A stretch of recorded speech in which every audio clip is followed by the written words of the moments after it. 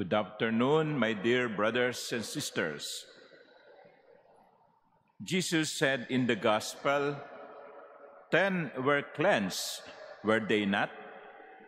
Where are the other 9? 10 ang pinagaling, nasaan ang 9? My dear sisters and brothers, in this Gospel, we are being reminded to have gratitude as an attitude, to always be thankful for the blessings that we receive, and sometimes even for the blessings that we did not even pray for.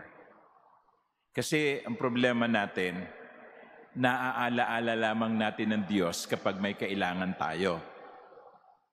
Nakakalimutan na nating magpasalamat matapos nating tanggapin ang pagpapala.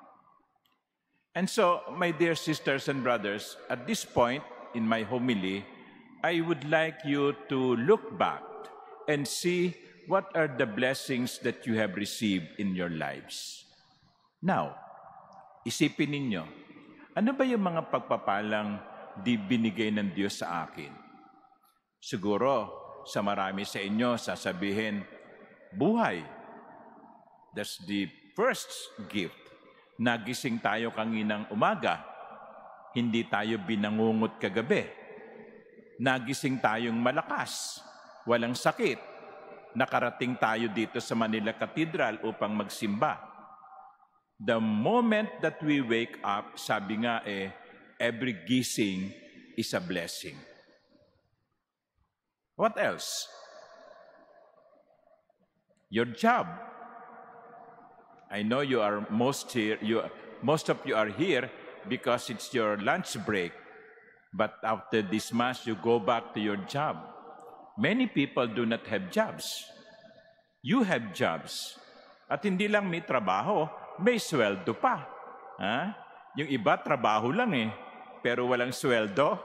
No? Kayo, tayo, may trabaho, may ginagawa. What else? Ako, as a rector, I'm very grateful for the servants or really devoting their time. Dapat yan, mga oras na to, kumakain yung mga yan no? Pero nandito sa Manila Cathedral, nagsiserve. What else have you received which you can consider blessing? Maybe your wife, your husband, your children, your parents. They sometimes can be material blessing. Tinanggap nyo na ang inyong 13th month. Balato naman no? Ubos na Father. So, and sometimes, even spiritual blessings. Nagkasundo kayo ng kaibigan mo, matapos kayong hindi nagkikibuan ng 10 taon, nagawa mong mapatawad na yung kanyang mga nagawang kasalanan, that is a blessing. So, let us spend some time thanking God for the blessings that we receive. Let us not be like the other 9 who forgot Jesus once they have received their healing. But my dear brothers and sisters, can we also be grateful for our leprosy? Can we also be grateful for the tragedies that happen to our lives? Kasi kumisan, tinitignan lang natin pagpapala yung mga magagandang bagay. Pero tinitignan ba natin bilang blessing yung mga malulungkot, mapapait, masasakit na mga pangyayaring nangyari sa atin? Can you count them also as blessing? You know, in a book entitled Pain, the Gift Nobody Wants. May ganun pong libro yun ang title. ang sakit na walang may gustong tanggapin, regalong walang may gustong tanggapin. Yung authors, sinasabi niya, yung kwento ni Sadan. Si Sadan ay isang ketongin. Sabi niya, I am happy that I had this disease called leprosy. So nagulat yung authors. Sabi niya, what? What do you mean? You are happy because you are a leper.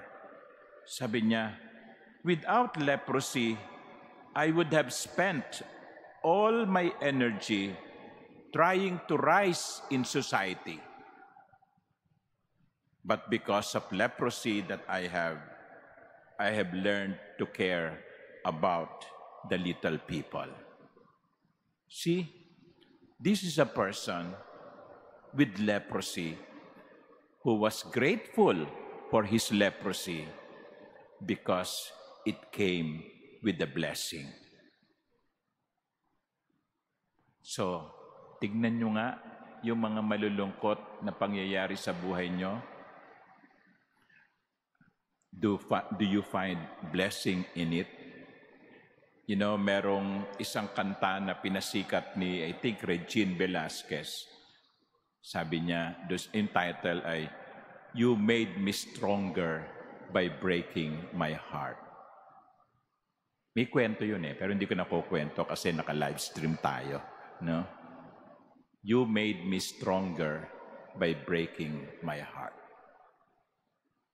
So my dear brothers and sisters, this afternoon, I wish you to be grateful, not only for the blessings, but even for the